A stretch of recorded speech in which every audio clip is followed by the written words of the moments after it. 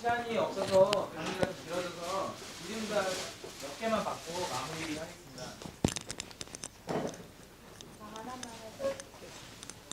쉬는 시간 안 드리고 빨리 그냥 끝내겠습니다.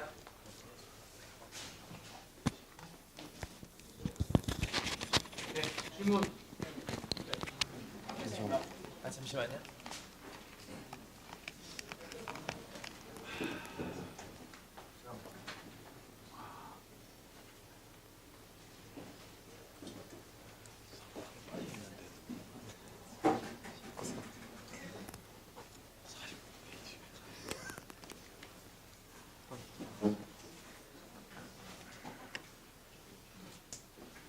그 인테리어를 할 때 제일 처음에 이제 할 때 철거를 하잖아요. 네.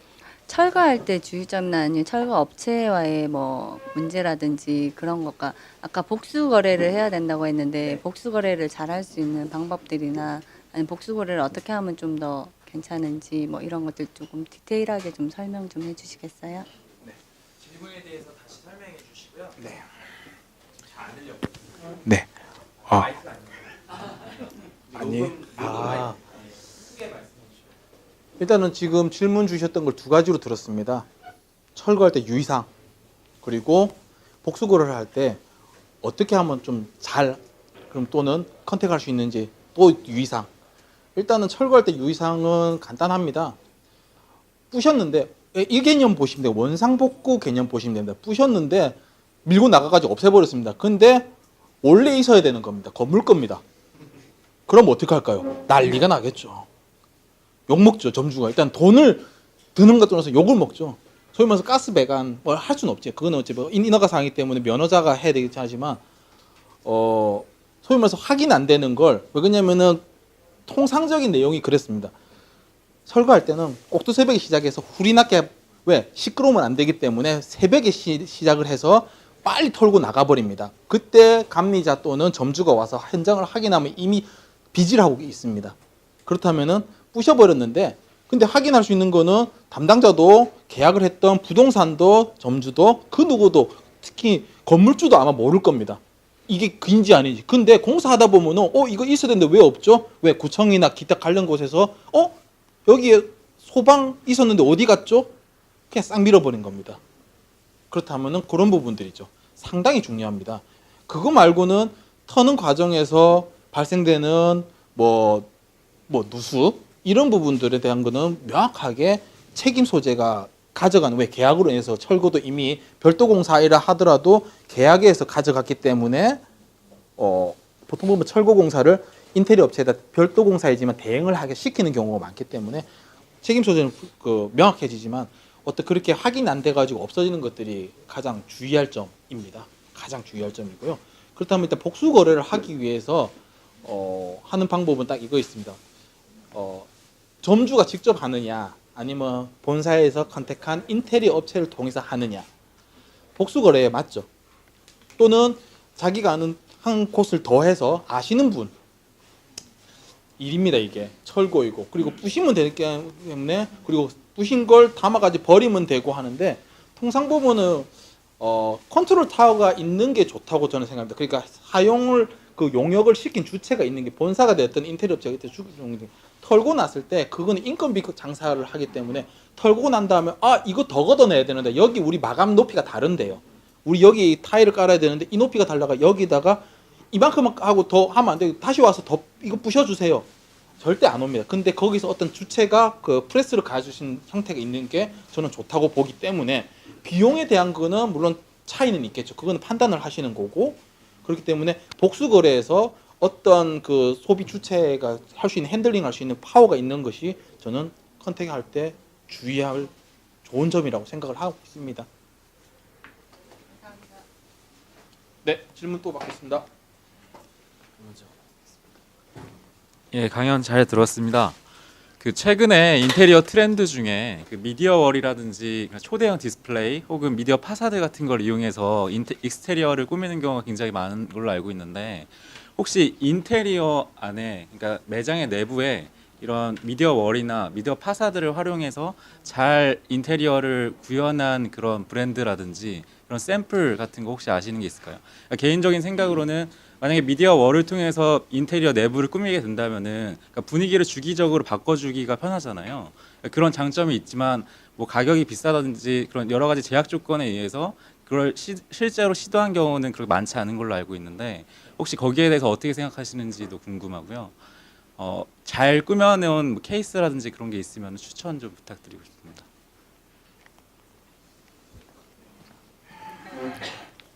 일단 제가 잘 들은지 모르겠습니다. 일단은 비디오월 아니면 이미지월 아니면 뭐 DID 형태로 잘 꾸며놓은 사례가 있는지 그리고 했을 때 어떠한지에 대한 그냥 한 내용인 것 같습니다.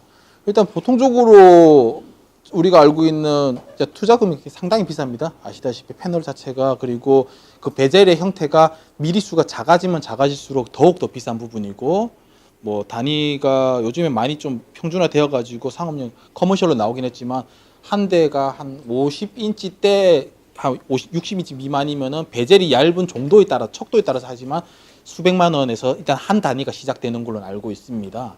근데 그걸 같은 경우는 하면은 실질적으로 직영점에 많이 적용이 되는 부분이죠. 가맹점 공사에서는 요구하신다면 하지만 어렵습니다. 그러니까 특히는 외식에서는 많이 적용된 사례는 없을 거고요.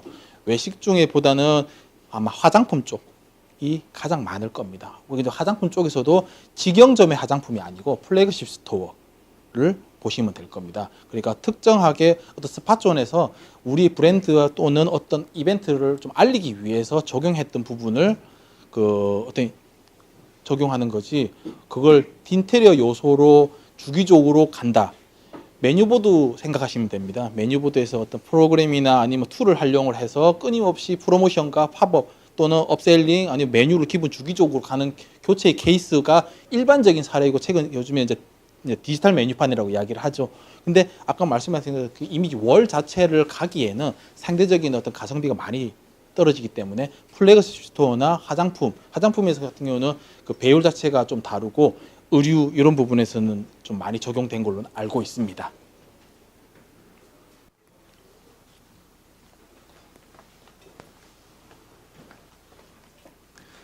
네, 그 이론과 실무와 사례가 잘 융합된 강의 잘 들었습니다.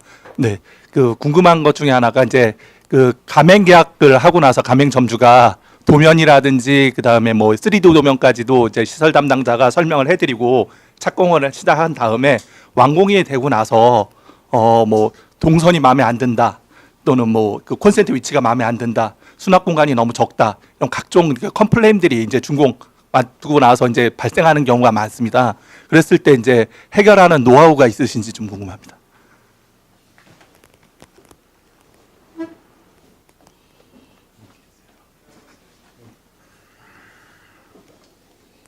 잘 들었습니다. 세네요. 질문이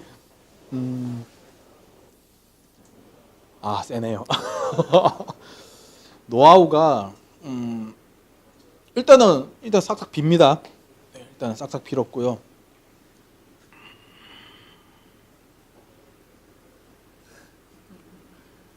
이런 거죠. 아까도 저 설명드렸던 내용이랑 지금 질문을 주신 내용이랑 같습니다.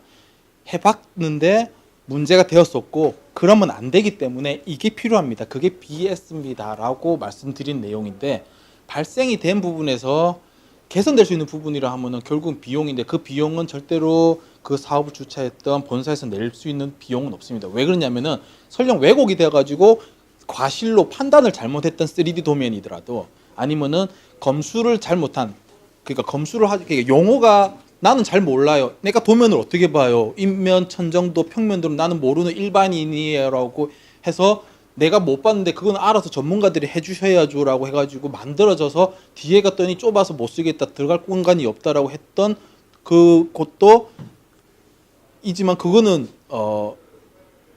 아마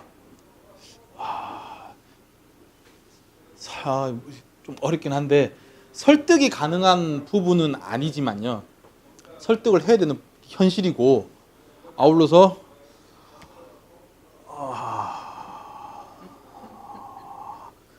세다.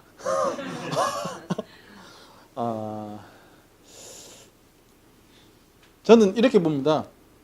만약에 새로운 이제 시작하시는 새로운 뭐 창업을 희망하고 나는 브랜드 컨택을 하고 계신다면은 그걸 검증하는 방법, 이 강의도 있고 방법을 또는 아까도 뭐 미투도 있었습니다. 관심을 가지면은 보입니다.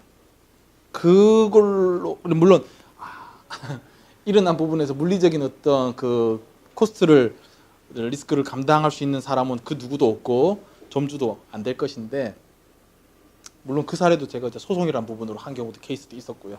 참 우여곡절이 많았는데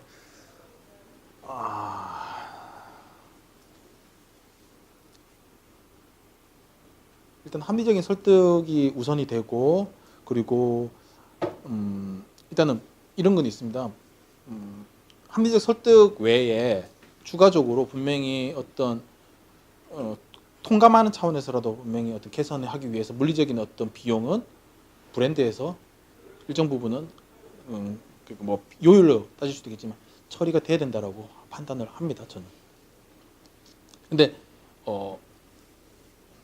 우리들은 다들 그렇게 합니다. 점주가 판단했는데 점주가 오케이 컨펌을 했는데 난 우린 그대로 했는데 근데 제가 제 입장에서 지금 본다면 그거는 점주가 맞는 말입니다. 점주는 일반인이기 때문에 당연히 못 보는 게 당연한 거고요. 그래서 프랜차이즈를 하는 거고 전문가가 그래서 있어야 되는 거고 브랜드가 있어야 되는 겁니다. 브랜드는 그거조차도 다 케어를 해줘야 되는 게 맞다라고 생각합니다. 저는.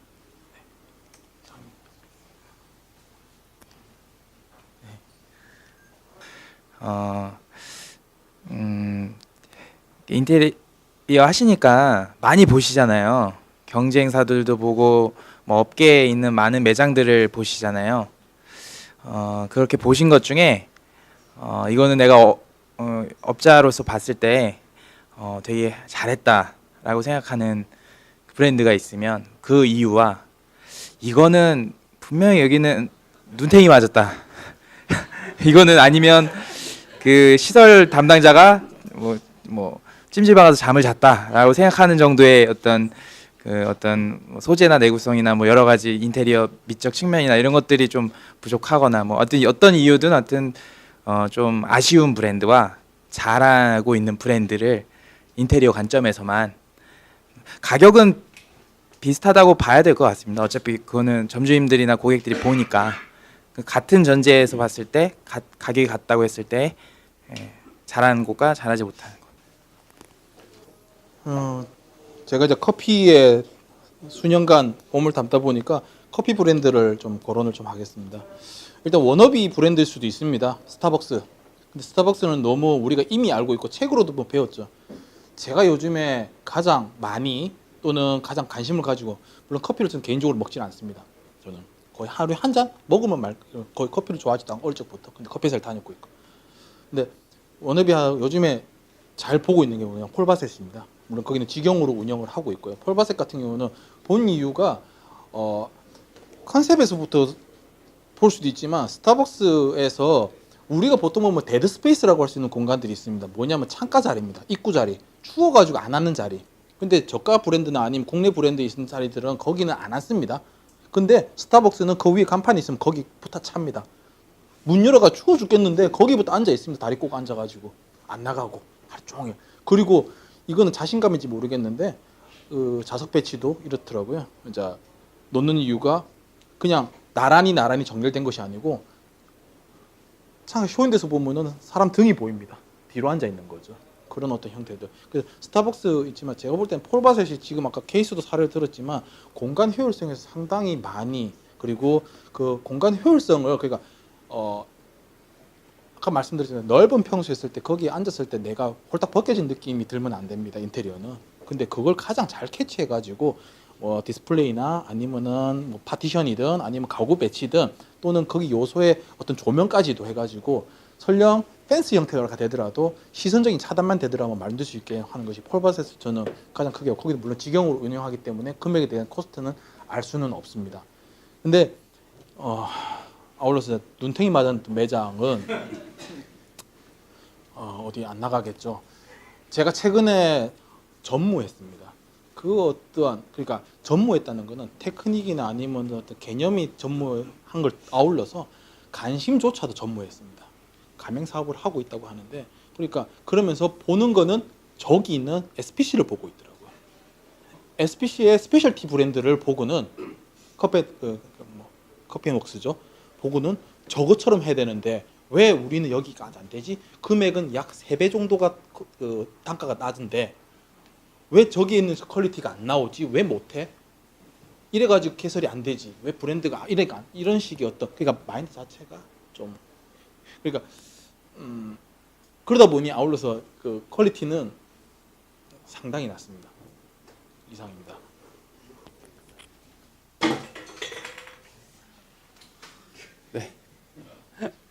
네, 강의 잘 들었습니다. 감사합니다. 그 인테리어 좀 플랫폼 시장이 좀 이렇게 뜨고 있는 것 같은데 이게 이제 소매 쪽은 좀 많이 보이는데 아직 그 B2B 쪽으로는 연결이 뭐 제가 봤을 때는 좀 천천히 되고 있는 것 같은데 혹시 프랜차이즈 시장과 그 인터넷 플랫폼과의 좀 흐름이나 이런 걸 좀 어떤 식으로 조망하시는지 여쭤봐도 될까요?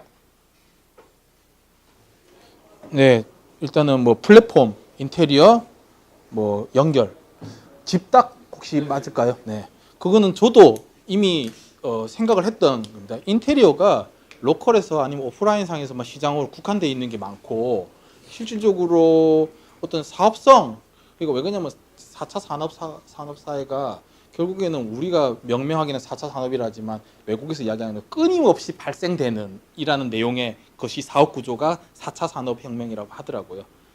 인테리어가 인테리어만 국한하지 않고 플랫폼이란 소위 말해서 우리는 만들어 놓을 테니 그 안에서 놀아라는 게 플랫폼이고 디마켓도 플랫폼이고 우리가 알고 있는 자코리아도 플랫폼이고 인테리어가 집딱도 하고 있는데 전망은 외국에서도 이미 예전부터 진행을 했었고요. 근데 전망은 상당히 좋다고 보는데 아울러서 한계는 있다고 봅니다. 왜 그러냐면은 결국은 비용인데 검증이 안 되기 때문에 그 검증할 수 있는 거는 결국에는 평가 또는 댓글 여러 가지 이런 걸로만 검증이 되는 거고 그 자체적인 기술적인 어떤 테크닉한 기술의 검증 또는 디자인 능력에 대한 검증은 현실적으로는 좀 불가능한 부분이고 그거는 좀 전망은 있는데 지금은 좀 아니라고 저는 보고는 있습니다. 이제 인테리어 플랫폼이 성장하면서 프랜차이즈의 그 인테리어 부분에 대해서 어떤 식으로 영향을 미칠 것 같은지 이런 감이 안 그 나요. 집닭은 그 주택 인테리어 쪽으로 했는데 이제 상가나 이런 저희 상업시설의 인테리어도 이렇게 브랜드 담당자들이 있지만 이제는 점주들이 혹은 자영업을 하시는 분들이 그런 플랫폼을 활용해서 직접적으로 인테리어를 할 수 있는 그런 시장이 열리느냐 이 질문을 하시는 거거든요. 제가 하고 싶은 사업입니다. 그래서 그렇게 뜸들이신 건가요? 이거는 정말로 죄송하지만 제가 하고 싶은 사업입니다. 그래서 그렇게 뜸들이신 건가요? 네. 예전부터 이거는 정말로 죄송하지만 생각했던 아이템이라서 예. 왜냐면 집닭이 나왔을 때 좀 놀랐습니다. 근데 집닭은 한정되어 있는 부분이 왜냐면 이렇게 보면 됩니다. 저는 제가 볼 때 집닭은 철물점과 아파트에 살고 계신 분들을 연결해 주는 왜 그러냐면은 저도 인테리어를 다년간 했지만 지인들이 우리 집 고칠 건데 아는 사람 있으면 소개시켜 달라고 합니다. 그러면 저는 이렇게 합니다. 당당하게 근처 상가 가서 하시라고 제일 싸고 제일 빠르고 제일 낫다고 그게 집닭입니다. 근데 상가 말고 어떤 이 커머셜한 시장에서 외식이나 아니면 다른 여타의 어떤 이 사업권을 가진 곳에 가려고 한다면은 실질적으로 아까 말했던 그 자체가 프랜차이즈면서 플랫폼 그러니까 그 개념은 아직까지는 그 집닭이라는 어떤 거기서는 없습니다. 그러니까 충분히 가능성 그 또한의 틈새 시장은 될 거라고 보여지고 더 확장성 있는 내용이라고 물론 더 많이 꾸려되고 많은 데이터가 있어야 됩니다. 이상입니다. 짧은 마지막 질문 받고 마무리하겠습니다. 혹시 짧은 질문이 짧아도 길게 얘기하실 수 있긴 하지만 짧은 질문 혹시 있을까요? 예. 예. 마지막 질문으로 하겠습니다. 강사님 지금 하고 있는 일에 대한 광고나 그런 소개가 없었던 것 같습니다. 저는 말씀드리면 저는 무소속입니다. 지금 무소속으로 출마. 그럼 무소속으로 지금 가맹본부나 자영업을 하고 있거나 예정인 사람이 여기 있다면은 강사님께 인테리어나 디자인 이쪽으로 의뢰를 해서 비즈니스는 할 수 있는 상황인가요? 네. 그래서 아까 신난다네. 지메일입니다.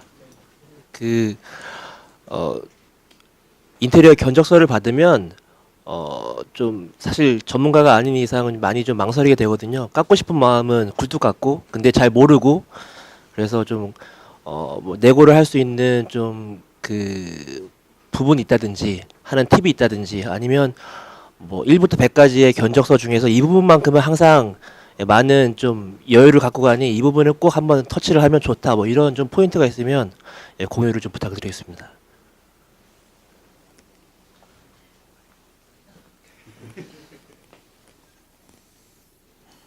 일단은 내고 견적을 검토하면서 내고를 할 수 있는 어떤 노하우 또는 이 부분은 굳이 그렇게 안 된다면 이 부분은 꼭 체크를 해서 좀 더 유리한 위치에서 협상을 할 수 있는 방향 일단 두 가지로 봤습니다. 일단은 검토할 수 있는 부분에서는 본다면은 아마 기술적인 내용 단어는 있지만 이게 무엇인지 그리고 그 물량에 대한 부분이 어떻게 해서 계산됐는지조차도 물론 그걸 하기 위해서 오늘 강연은 있었다고 저는 생각을 하고 있는데 충분히 부족하기 때문에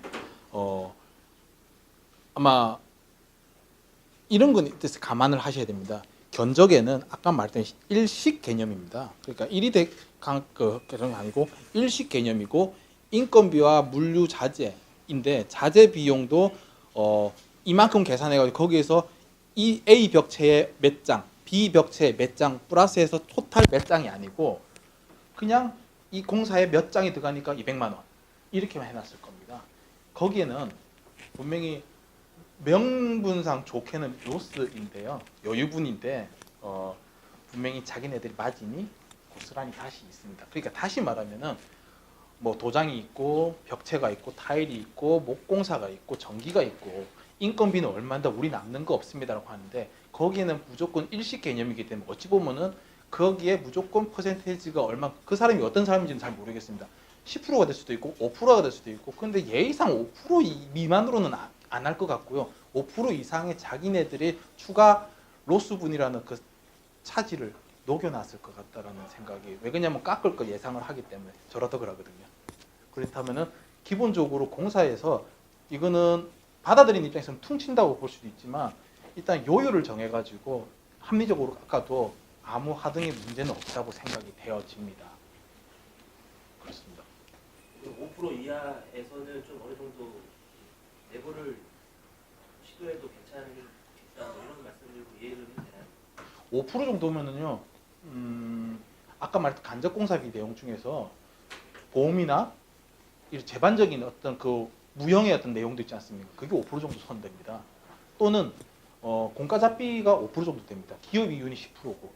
그러니까 자기네들은 기업이윤을 공식적으로 10%를 남겨놓고 공과잡비라고 하는 아까 제반적 이동 비용을 5% 정도로 합니다. 그래서 보통 그걸 잘라내는 경우들이 많고 왜 기업 이윤만 가져가라.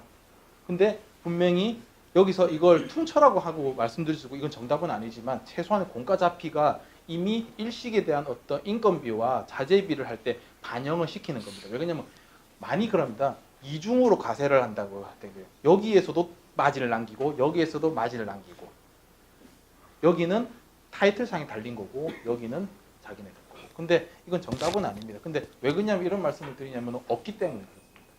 왜? 일반인이 깎을 수 있는 방법이 없기 때문에. 어떤 툴을 가지고 있는 사람이 도면을 보면서 한다면 나오겠죠. 속일 수 있는 계산기를 두둑해서 나올 텐데 없기 때문에 퉁이라는 어떤 내용을 말씀드리는 거지 그걸 꼭 해야 된다는 건 아닙니다. 이상입니다.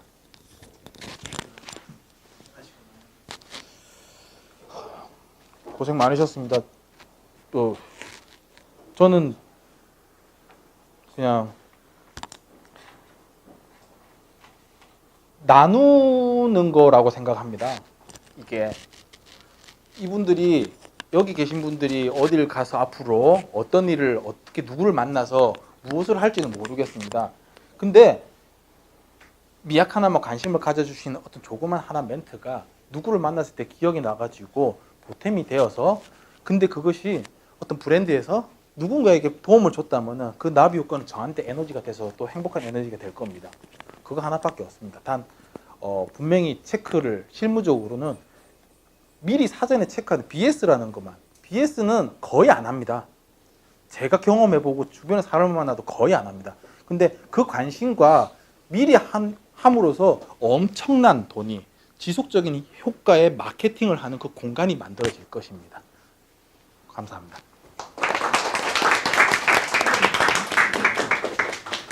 예, 그 네 분 뽑아주시면 좋을 것 같습니다. 네. 난감하게 만드셨던 저 뒤에 계신 분, 예, 손 들어주시면, 예, 제일 마지막에 예, 예, 치킨 플러스, 예, 비싼 거부터 가겠습니다. 예. 그리고 또 한 분은 누구시죠? 마지막에 질문하신 분인가요? 네, 마지막에 질문하신 예, 분. 예. 그리고 또 두 분, 예, 그리고 저에게 가장 첫 예. 질문을 안겨주셨던 네. 그리고 또 마지막 한 분, 니뽕네뽕입니다. 예, 그리고 다른 분이신데요. 네. 제가 이거는 질문이 아니고 저분. 손 한번 들어봐 주실래요? 네. 예. 이유가 있나요? 강연하는 내내 예. 아이 컨택으로 잘 아, 봐주셔가지고 네. 저도 모르게 좀 이렇게 네. 든든하게 예. 조력자 역할을 해주셨습니다. 힘드시지 않으셨을까요? 알겠습니다. 감사합니다. 예, 니뽕네뽕 상품권과 그다음에 치킨 플러스 상품권 잘 사용하시면 될 것 같고요. 시간이 벌써 또 오늘도 9시 50분이 됐습니다. 그 지금 4회차인데 혹시 4회차까지 다 출석하신 분 계시나요, 여기? 예. 이분들은 소고기를 드셔야 되고요.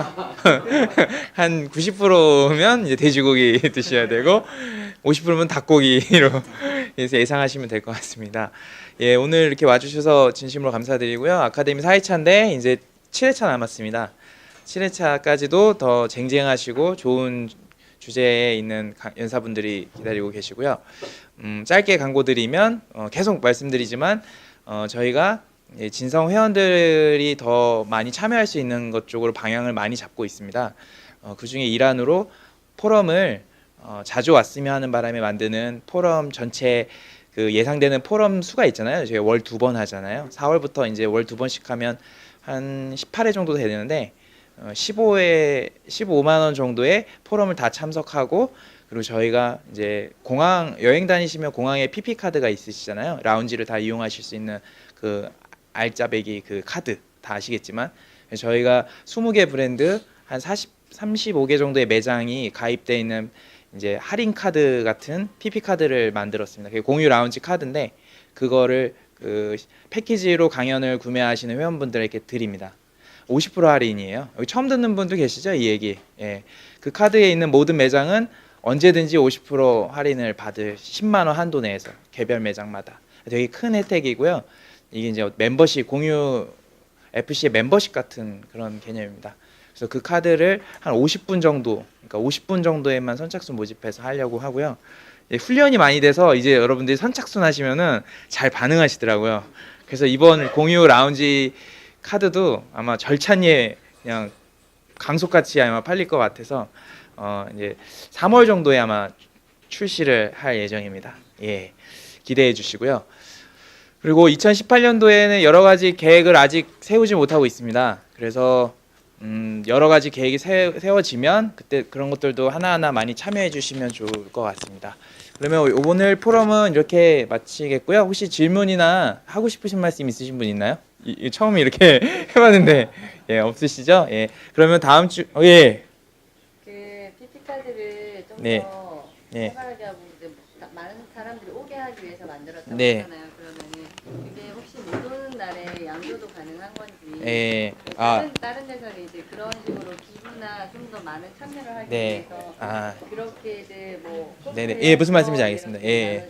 예, 양도는 없고요. 예, 이거는 참여를 늘리는 게 아니라요. 회원들의 그걸 오시는 분의 혜택을 주는 부분이에요. 그러니까 매장들의 매출을 도우려고 하는 게 아니고요.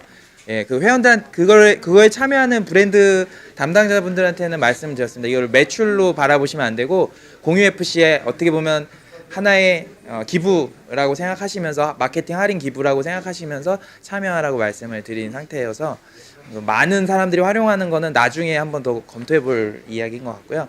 요거는 이제 기부, 아직은 세팅이 되지 않은 정책이니까 그걸 구매하신 분들만 이용하는 걸로 해서 생각하고 있습니다. 오늘 방문해 주셔서 감사드리고요. 추운데 잘 미끄러지지 마시고 잘 돌아가시기 바라겠습니다. 감사합니다.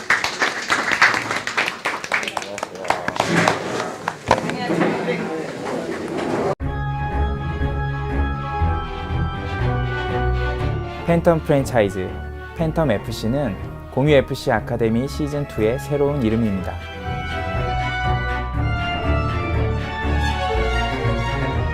이번 공유 FC 아카데미는 더욱 강력해졌습니다. 11명의 실무자 지식 나눔이 프랜차이즈 산업의 아름다운 지식 하모니가 되어 널리 퍼질 것입니다. 팬텀 FC는 프랜차이즈 시스템, 컨설팅, 점포 개발, 인테리어, R&D, 마케팅, 슈퍼바이징, 해외 마케팅, 정부 지원 사업, 협동조합 프랜차이즈, 전략기획 등 11개의 전문 파트로 나뉘어 2018년 초 여러분 곁을 찾아갑니다.